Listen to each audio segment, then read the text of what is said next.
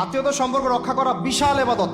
মানে এটা এটা এটা সিলাতুর রাহিম, এটা আল্লাহ পাকের আরশের সাথে ঝুলে থাকে। যে আত্মীয়তার সম্পর্ক রক্ষা করে আল্লাহ পাক তাকে রক্ষা করবেন। আত্মীয়তার সম্পর্ক নষ্ট করতে হয় না। আত্মীয়তার সম্পর্ক নষ্টকারী জান্নাতে যায় না।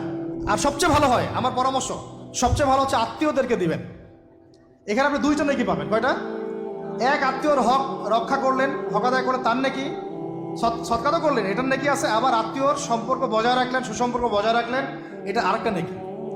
আত্মীয়তার সম্পর্ক রক্ষা করা বিশাল ইবাদত। মানে এটা এটা এটা সিলাতুর রাহিম, এটা আল্লাহ পাকের আরশের সাথে ঝুলে থাকে।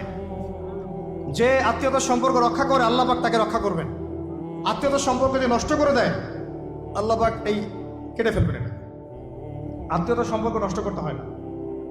আত্মীয়তার সম্পর্ক নষ্টকারী জান্নাতে যায় না। তো প্রিয় ভাইরা, আমরা আত্মীয়তার সম্পর্ক রক্ষা করবো ইনশাআল্লাহ।